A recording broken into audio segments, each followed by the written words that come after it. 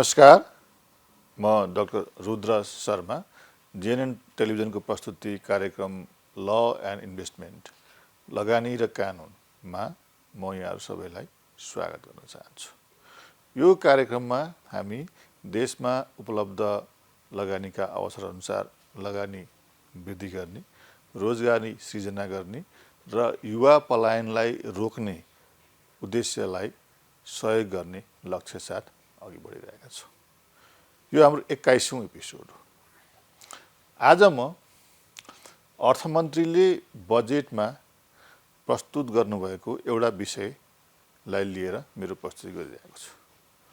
त्यो के हो भन्दाखेरि नयाँ पुस्ताको आर्थिक सुधार।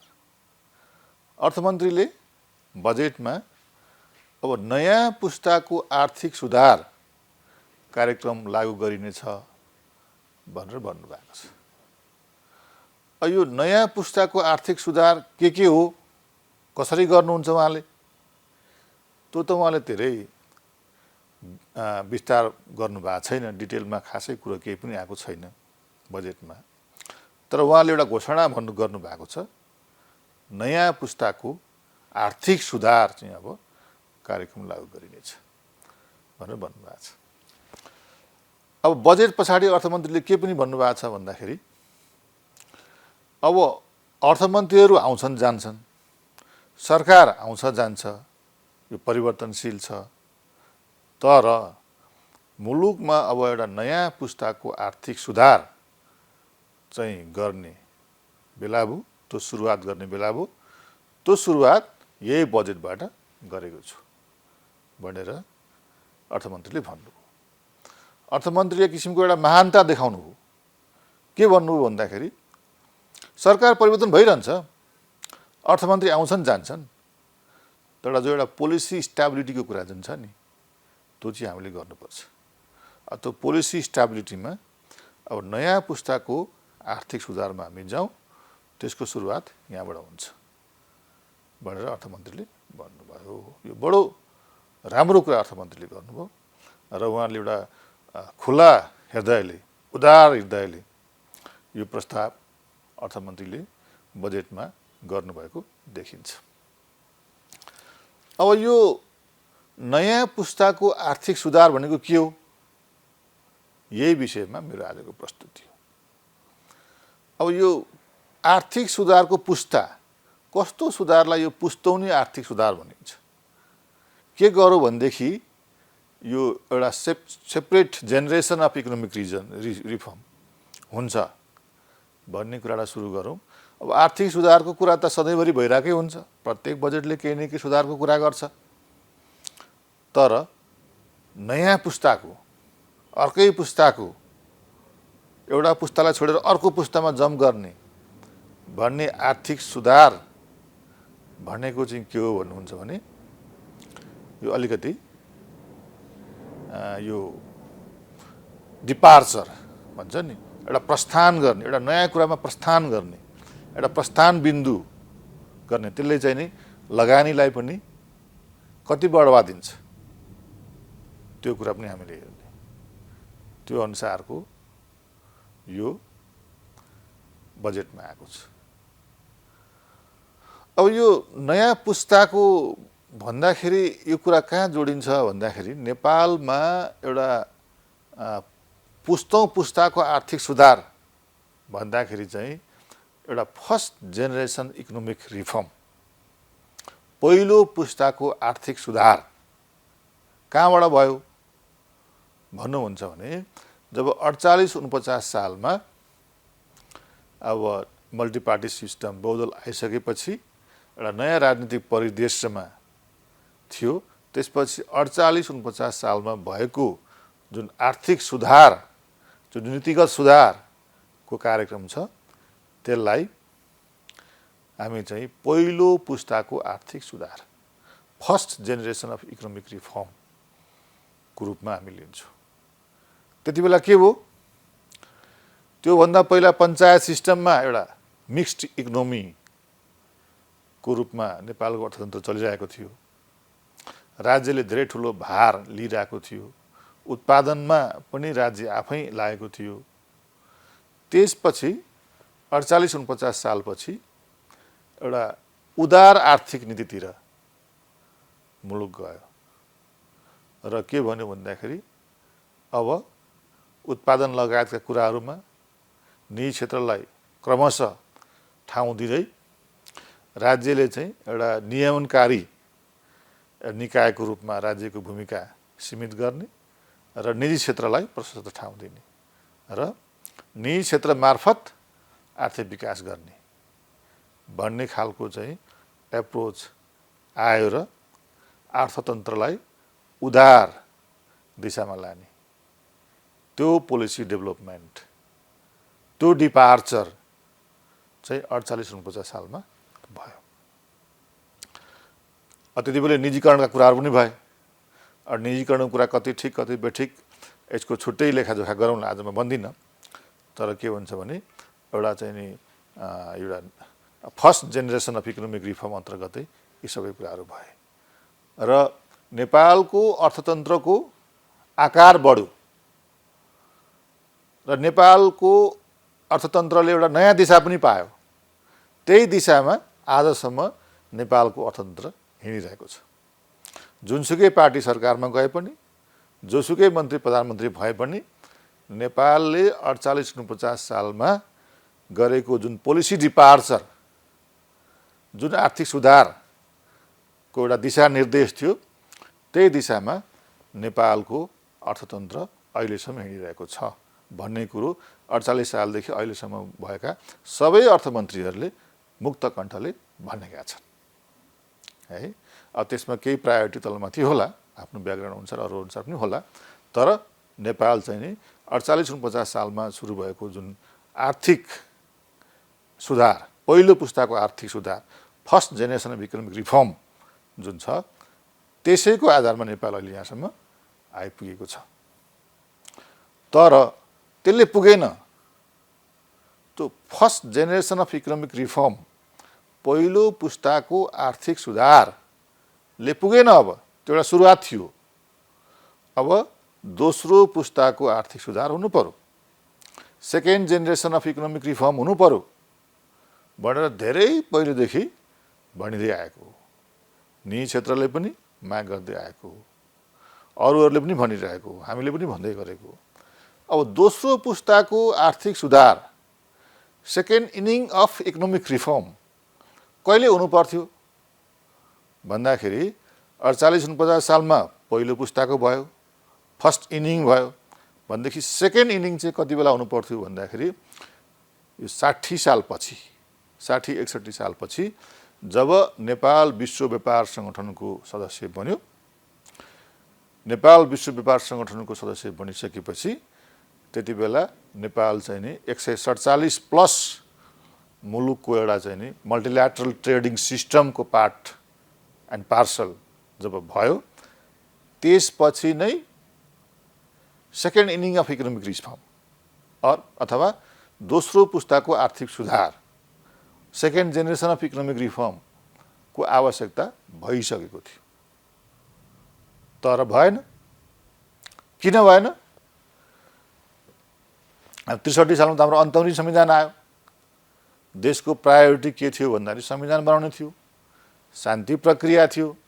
शान्ति प्रक्रिया टुङ्गो लगाऊ, संविधान बनाऊ, त्यसपछि यो सेकेन्ड इनिङ अफ इकोनोमिक रिफर्ममा जाउँला भन्ने कुरा भएर धेरै कुराहरू चाहिँ नि पोस्टपोन हुँदै आए र सफोकेटिङ खालको वातावरण उद्योग व्यवसायको क्षेत्रमा सफोकेटिङ नै भयो। किन भन्नुहुन्छ भने अब व्यवहारले नेपाल मल्टिल्याटरल ट्रेडिङ सिस्टमको पार्ट भयो WTO को मेम्बर पछि, तर एउटा धरातली यथार्थ चाहिँ के भयो भनेदेखि ऐन कानुन परिवेश सबै पहिलाकै भयो। त्यसलाई नीतिगत सुधार र व्यवहारगत सुधार नगरुन्जेल त्यो ग्लोबलाइज सिस्टमको पार्ट भएको फाइदा लिन नेपालले सक्न गाह्रो थियो। त्यसकारणले दो second generation of economic reform or second inning of economic reform it was long overdue. पहिले नै भइसक्नु पर्ने कुरा थियो, 60-61 सालमै भइसक्नु पर्ने कुरा थियो। त्यति बेला किन भएन भन्दाखेरि देशको प्रायोरिटी अलिकति सिफ्ट भयो। शान्ति प्रक्रिया, संविधान निर्माणको कुरा टुङ्ग्याउनु थियो। त्यसकारणले त्यो हुन सकेन। त्यसपछि अब यो सेकेन्ड इनिङ अफ इकोनोमिक रिफर्मको कुरा अलरेडी कति बेला सुनियो भन्दाखेरि जब यो 70-71 सालतिर जति बेला सुशील कोइराला प्रधानमन्त्री हुनुहुन्थ्यो र अर्थमन्त्री रामशरण महत र महेश आचार्य वन मन्त्री हुनुहुन्थ्यो, यी अनुहारहरू देख्ने बित्तिकै नेपालको निजी क्षेत्रले स्वतः के भन्न थाल्यो confidently, now it is time for second inning of economic reform. किन भन्दाखेरि फर्स्ट इनिङ अफ इकोनोमिक रिफर्मको यिनै पात्रहरू थिए, रामशरण महत, महेश आचार्य। यिनीहरूले नै गरे हो। नेपालको इकोनोमिक्सलाई कहिलेकाहीँ महत्वनोमिक्स पनि भनिन्छ। जस्तो के अरे हिन्दुस्तानको इकोनोमिक्सलाई मनोमोनोमिक्स भन्न सकिन्छ भनेदेखि जापानकोलाई आबेनोमिक्स भनिन्छ भनेदेखि त्यस्तै नेपालको इकोनोमिक्सलाई महत्वनोमिक्स पनि भन्न सकिन्छ कहिले, किनभने रामशरण महतले सुरु गरेको यो सुधार प्रक्रिया यहाँसम्म आइपुगेको छ। त्यस कारणले रामशरण महत क्याबिनेटमा अर्थमन्त्री, अनि another champion of liberalisation Mahesh आचार्य वन मन्त्री, सुशील कोइराला प्रधानमन्त्री, यी तीनटा अनुहारलाई हेर्दाखेरि नेपालको एउटा परिवेश निजी क्षेत्रले के भन्नु भन्दाखेरि ल अब सेकेन्ड इनिङ अफ इकोनोमिक रिफर्ममा जाने हो, सेकेन्ड जेनेरेसन अफ इकोनोमिक रिफर्ममा जाने हो भनेर स्वतःस्फूर्त भन्न थाल्यो। तर त्यति बेला पनि मुलुकको प्राथमिकता त्यो थिएन। मुलुकको प्राथमिकता के थियो भन्दाखेरि संविधान बनाउनु पर्ने थियो। संविधान सभाले आफ्नो आयु पटक पटक बढाइरहेको थियो, एकपछि अर्को अदालतमा मुद्दा पनि थियो। त्यसकारणले जसरी हुन्छ एक थान संविधान पहिला बनाएपछि एक किसिमको स्टेबिलिटी मुलुकमा हुन्छ, त्यसपछि second generation of economic reform र सेकेन्ड इनिङ अफ इकोनोमिक रिफर्ममा चाहिँ जानुपर्छ भन्ने कुरा थियो। र त्यति बेला छिटपुट रूपमा केही सुधार भए पनि अब एउटा उल्लेख्य रूपमा जसरी चाहिँ नि पहिलो चरणको आर्थिक सुधार first generation of economic reform 48-49 सालमा भयो, त्यसरी हुन सकेन। संविधान बन्यो, 72 सालमा संविधान आयो। संविधान आइसकेपछि चुनाव पनि भयो, स्थानीय चुनाव भयो, प्रान्तीय चुनाव भयो, सङ्घीय चुनाव भयो। अब त्यो चुनाव भइसकेपछि आएको सरकारले चाहिँ के गर्नु पर्थ्यो भन्दाखेरि यो second generation of economic reform हैन, यो जुन 74 सालमा जुन चुनाव भयो त्यसपछि आएको सरकारले चाहिँ एउटा कम्फर्टेबल पोजिसनमा सरकार भएको हुनाले त्यसपछि चाहिँ एउटा second generation of economic reform त्यति बेला हुनु पर्थ्यो। त्यो चाहिँ नेपालको इतिहासमै एउटा गोल्डन टाइम थियो सेकेन्ड जेनेरेसन अफ इकोनोमिक रिफर्मको लागि, सेकेन्ड इनिङ्स अफ इकोनोमिक रिफर्मको लागि। तर त्यो पनि हुन सकेन, किनभने नेपाल त्यति बेला मुलुक त्यसपछि पनि राजनीतिक मुद्दामै अलझम्मलियो। एउटा कम्फर्टेबल सरकार भए पनि आर्थिक मुद्दाले त्यो प्रायोरिटी पाएर 48 सालमा सुरु भएको जो फर्स्ट जेनेरेसन अफ इकोनोमिक रिफर्मलाई 60-61 सालमै सेकेन्ड जेनेरेसन गरेर अगाडि बढाउनु पर्थ्यो। अब 74 सालमा आउँदाखेरि चाहिँ के थियो भने 12-15 वर्ष लङ ओभरड्यू भइसकेको थियो, त्यति बेला ढिलो भइसकेको थियो। त्यसपछि पनि 74 सालको पछिको सरकारले पनि त्यो गर्न सकेन। केही त गर्ने प्रयासहरू त भए, लगानी सम्मेलनहरू पनि भए, केही तयारी हुँदै थियो होला, तर परिणाममा देख्न सकिएन। त्यसपछि अब अहिले अर्थमन्त्रीले वर्षमान पुनले घोषणा गर्नुभयो म अब नयाँ पुस्ताको आर्थिक सुधार गर्छु। एकचोटि हेरौँ उहाँको शब्द चयनलाई, उहाँले दोस्रो पुस्ताको भन्नु भएन। निजी क्षेत्रले लामो समयदेखि अब दोस्रो पुस्ताको आर्थिक सुधार गर्नुपर्छ भनेर भनिरहेको थियो, माग गरिरहेको थियो। चलन चल्तीमा पनि हामी दोस्रो पुस्ताको आर्थिक सुधार नै भन्थ्यौँ, तर उहाँले त्यो शब्द चाहिँ प्रयोग गर्नु भएन, नयाँ पुस्ताको भन्नु। नयाँ पुस्ताको आर्थिक सुधार भनेको के हो उहाँले व्याख्या चाहिँ गर्नुभएको छैन है। बजेटमा पनि त्यसको व्याख्या गर्नुभएको छैन, बजेट पछि पनि व्याख्या गर्नुभएको छैन। बजेटपछि अलिकति के भन्नुभयो भन्दाखेरि अर्थमन्त्री चेन्ज भइरहन्छ, सरकार चेन्ज भइरहन्छ, तर हामी सुधार चाहिँ गर्नुपर्छ, पोलिसी स्टेबिलिटी हुनुपर्छ, बडो उहाँले चाहिँ नि राम्रो कुरा गर्नुभयो। त्यस कारणले गर्दाखेरि अब यो घडीमा उहाँले अर्थमन्त्रीले यो नयाँ पुस्ताको आर्थिक सुधारको कार्यक्रम लागू हुन्छ भनेर भन्दा पनि अब के बुझौँ यसलाई भन्दाखेरि यो दोस्रो पुस्ताको आर्थिक सुधार नै उहाँले भन्न खोज्नु भएको होला, अथवा त्यस्तै कुरा होला, अथवा आर्थिक सुधारकै कुरा पक्कै हो।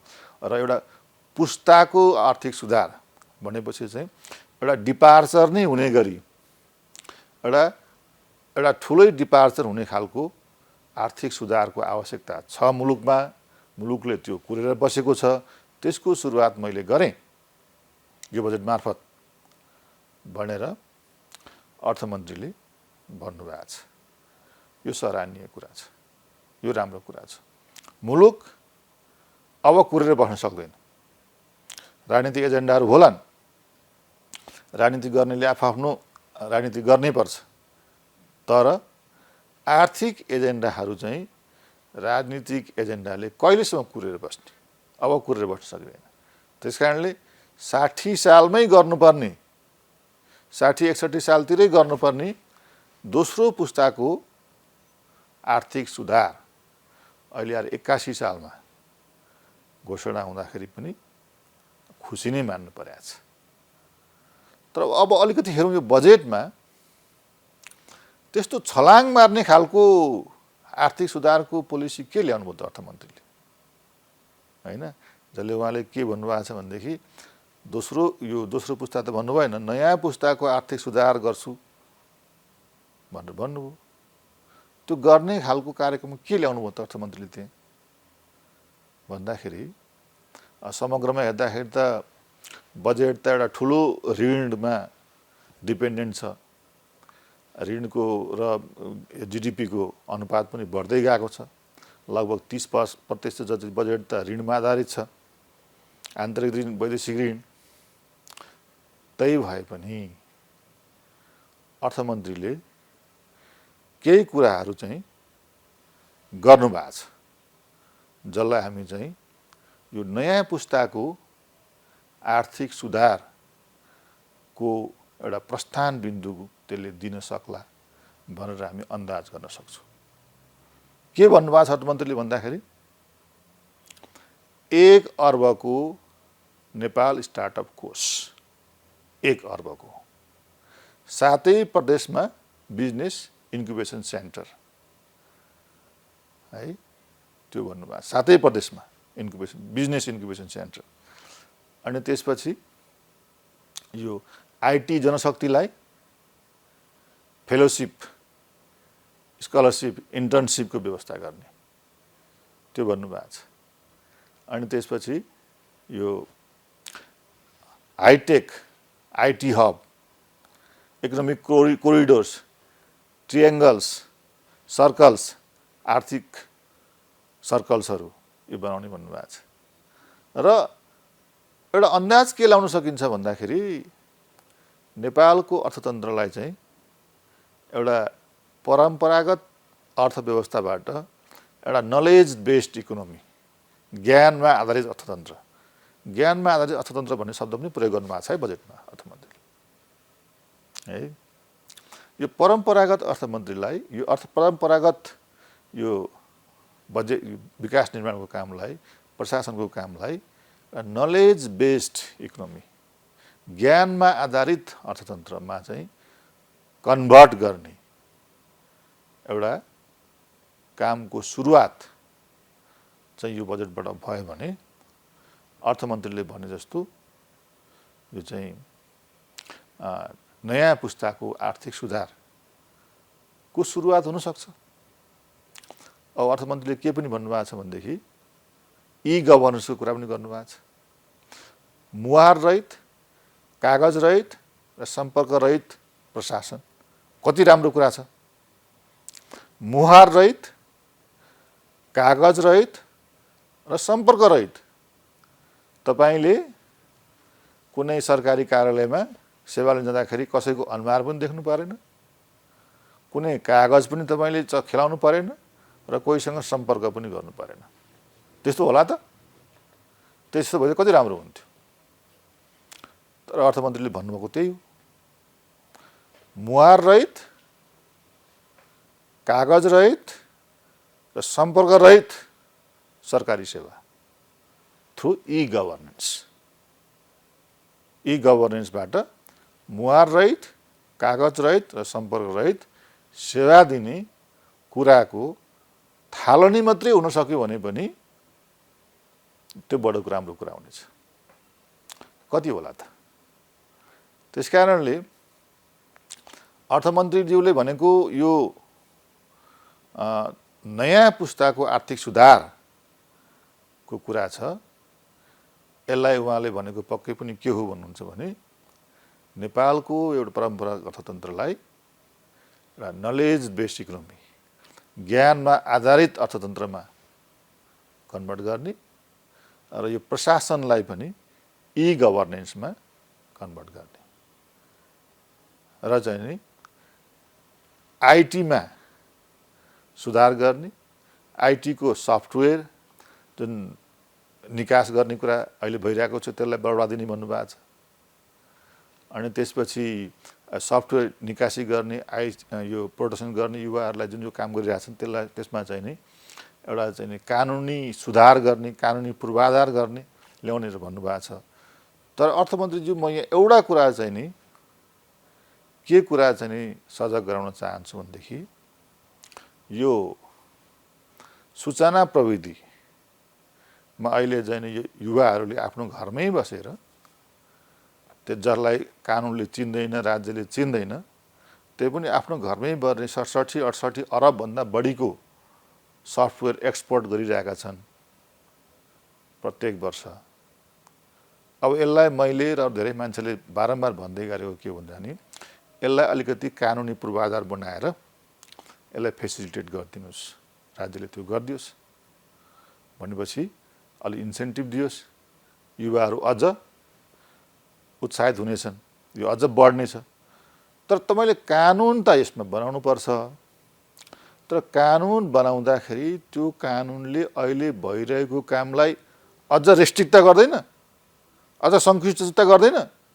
कन्सिडरिङ नेपालको अहिलेको परिपाटी, ब्युरोक्रेसी, प्रशासन जस्तो छ त्यसलाई सम्झिँदा मलाई अलिकति डर के लागिरहेछ भन्दाखेरि तपाईँले सफ्टवेयर एक्सपोर्टको लागि कानुनी पूर्वाधार त बनाउँछु भन्नुभयो, तर त्यो कानुनी पूर्वाधार चाहिँ कस्तो होस् भन्दाखेरि अहिलेको भइरहेको व्यवस्थालाई थप मद्दत गर्ने, प्रोत्साहन गर्ने, फेसिलिटेट गर्ने खालको कानुनी पूर्वाधार बनोस्, न कि त्यसलाई अझ सङ्कुचित गर्ने। सङ्कुचित गर्छु म, यस्तो गर्छु त कसैले पनि भन्दैन, तर त्यो व्यवहारमा हेर्नुपर्ने कुरा हो। भोलि गएर व्यवहारमा हेर्दाखेरि सङ्कुचित भयो भने युवा पलायन झन बढ्छ। अहिले त लुकीचोरी आफ्नै कोठामा बसेर भए पनि 67 अरबको 80 अरबको प्रत्येक वर्ष सफ्टवेयर एक्सपोर्ट गरिरहेछन् युवाहरूले। त्यसलाई पनि तपाईँले दुःख दिन थाल्नुभयो भनेदेखि अर्को डिजास्टर नेपालमा आउनेवाला छ। मैले अहिले किन भनेको भन्दाखेरि यो नेपालमा कानुन बनाएर कानुनले व्यवसायलाई फेसिलिटेट गर्ने काममा म त्यति धेरै आशावादी छैन। त्यसमा पनि यो कुरा कस्तो हो भन्नुहुन्छ भने कसैले नजानेको, कसैले नदेखेको, अहिलेसम्म कसैले थाहा पनि नपाएको कुरालाई कानुन बनाएर नियमित गर्नुपर्ने हो। अब सिंहदरबारमा आम चेयरमा बसेका मान्छेहरूले कस्तो कानुन बनाउलान्, त्यो व्यवसाय गर्ने मान्छेलाई सोध्लान् कि नसोध्लान्, तपाईँहरूलाई कस्तो कानुन चाहिएको छ, यो व्यवसायको नेचर के हो, आवश्यकता के हो भने सोध्लान् नसोध्लान्। त्यस कारणले तपाईँले चाहिँ नि अर्थमन्त्रीज्यू यो नयाँ चरणको आर्थिक सुधार त भन्नुभयो, यो बडो ठिक छ, यसको मैले बडो प्रशंसा गरेको छु। तर यस्ता यस्ता कुरामा चाहिँ अलिकति ध्यान दिनुपर्ने आवश्यकता छ। यति भयो भनेदेखि यो दोस्रो चरणको अथवा चाहिँ नयाँ चरणको आर्थिक विकास, आर्थिक सुधार चाहिँ हुन्छ। तर अन्तमा एउटा कुरा म के भन्न चाहन्छु अर्थमन्त्रीज्यू भन्दाखेरि यो रोजगार जुन छ नि 100 दिने रोजगार, प्रधानमन्त्री रोजगार कार्यक्रम, अब 30% ऋण भारमा भएको बजेटमा यस्ता यस्ता कार्यक्रमले, पहिला पनि थिए यो प्रधानमन्त्री रोजगार कार्यक्रमहरू, यस्ता कार्यक्रम, यो 100 दिने रोजगार, यो यस्ता कार्यक्रमले राष्ट्रिय अर्थतन्त्रमा कति योगदान गर्छ, जिडिपीमा कति हो, यसको कुनै हिसाब किताब छ कि छैन? छैन भनेदेखि यसलाई चाहिँ अलिकति कन्ट्रोल गर्नु पर्ला भनेर म तपाईँहरूलाई सल्लाह दिन चाहन्छु। त्यस कारणले अब यो आजको मेरो प्रस्तुतिमा यो नयाँ पुस्ताको आर्थिक सुधार र लगानी, नयाँ पुस्ताको आर्थिक सुधारले लगानी प्रबन्धन कति गर्छ, कसरी गर्छ अथवा गर्छ कि गर्दैन, यो नयाँ पुस्ताको आर्थिक सुधार भनेको के होला भन्ने विषयमा मैले आज प्रस्तुत गरेँ।